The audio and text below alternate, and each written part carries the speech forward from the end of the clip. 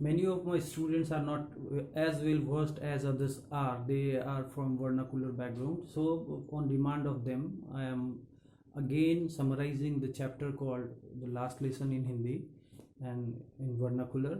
I think this will be very much helpful as other videos were. The entire story, पूरी कहानी last lesson की वो शुरू होती है 1860-61 में। ये इसका बैकग्राउंड है। जब फ्रांस और जर्मनी युद्ध लड़ रहे थे, उस समय जो युद्ध चल रहा था उसको फ्रैंको पर्शियन वार बोलते हैं, क्योंकि उस समय जर्मनी को प्रशिया के नाम से जाना जाता था। ये पूरा क्रिएशन जो है वो अल्फांसो डॉडेट का है। अल्फांसो डॉडेट, आप उनको ए डॉडेट भी लिख सकते हैं। ये फ्रांस के राइटर थे, फ्रेंच राइटर थे, जो फ्रांस के मिडिल क्लास का वर्णन अपनी रचनाओं में करते हैं। इस कहानी में भी वो, जैसा कि चैप्टर ही सजेस्ट करता है, टाइटल सजेस्ट करता है, कि वो एक लास्ट लेसन के बारे में, अंतिम अध्याय के बारे में बताते हैं, जो फ्रेंच नाम के विद्यार्थी का अंतिम अध्याय और मिस्टर एम हेमल नाम के फ्रेंच टीचर का अंतिम अध्याय होने वाला था।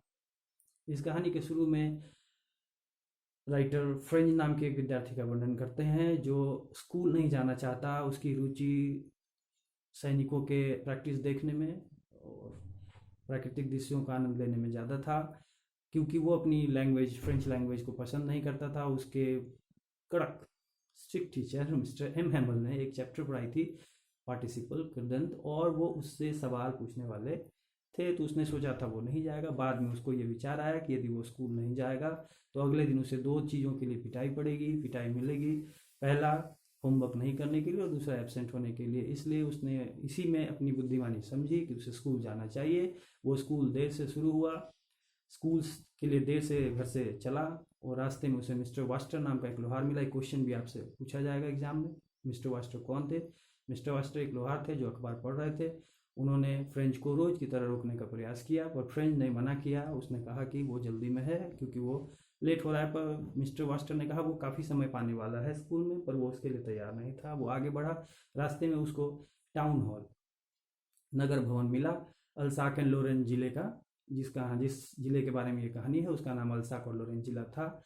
वो, उसके नोटिस बोर्ड पे आज फिर भीड़ थी। आज अभी तक की सारी कहानियाँ, सारे अच्छे और बुरे खबर उस नोटिस बोर्ड से ही आए थे। इसका मतलब कुछ खबर था जो वो जिसको देखने के लिए उसके पास समय नहीं था। वो आगे बढ़ा, जल्दी जल्दी तेज कदमों से वो स्कूल पहुंचा। जैसे स्कूल पहुंचा, स्कूल के चारों ओर काफ़ी शांति थी। ऐसा लगा जैसे मिस्टर एम हेमल ने अपना क्लास शुरू कर दिया है और विद्यार्थियों को पनिशमेंट दिया जा रहा है। जैसे ही वो स्कूल के प्रवेश द्वार पर पहुंचा, क्लास के प्रवेश द्वार पर पहुंचा, मिस्टर हेमल ने उसका स्वागत किया अपने नए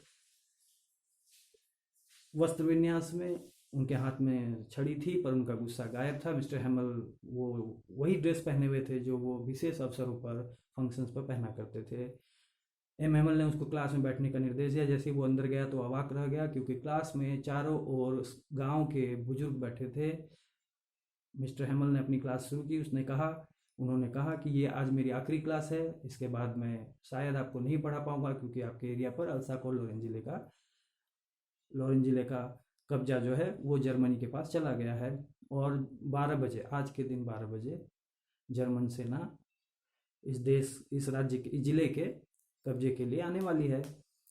उन्होंने सारे गार्जियंस को जिम्मेदार ठहराया। यदि उनके बच्चे नहीं पढ़ रहे थे फ्रेंच लैंग्वेज, उनके हिसाब से फ्रेंच लैंग्वेज दुनिया की बेस्ट लैंग्वेज थी। इसमें क्वेश्चन है, उन्होंने एक लिंग्विस्टिक शोविनिज्म का वर्णन किया था। आपसे सवाल पूछा जाएगा लिंग्विस्टिक शोविनिज्म क्या है, आप बताएंगे। लिंग्विस्टिक शोविनिज्म का मतलब है भाषाई गर्व।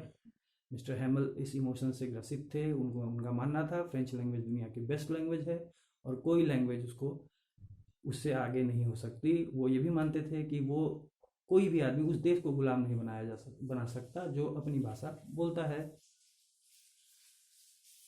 उन्होंने क्लास को आगे बढ़ाया और उन्होंने कहा कि वहाँ के गार्जियन अपने बच्चों को स्कूल नहीं भेजते, इसलिए बच्चे अगर फ्रेंच लैंग्वेज नहीं पढ़े तो ये उनकी समस्या नहीं थी, ये समस्या उनके गार्जियन की थी। वो क्लास ले ही रहे थे, तभी जैसे ही फ्रेंच को पता चला कि ये उसका आखिरी क्लास है, उसकी रुचि अपने विषय में जग गई। वो अब सोचने लगा उन कबूतरों के बारे में जो छत पर बैठे हुए थे, और उसने सोचा कि उसको तो डरा कर जर्मन लैंग्वेज पढ़ाई जाएगी, पर ये कबूतरों को कैसे डराएंगे। तभी चौराहे के क्लॉक टावर पे 12 बजी और जर्मन सेना शहर में प्रवेश करने लगी। मिस्टर एमल और बाकी क्लास के सारे सदस्य, सारे बुजुर्ग उस आवाज़ को साफ साफ सुन सकते थे, उनके पैरों के, जर्मन आर्मी के पैरों के बूट्स की आवाज़। मिस्टर एमल अपने चेयर से खड़े हुए, उन्होंने बोर्ड पे लिख दिया, फ्रेंच लैंग्वेज अमर रहे, और इस तरह उन्होंने अपनी आखिरी क्लास समाप्त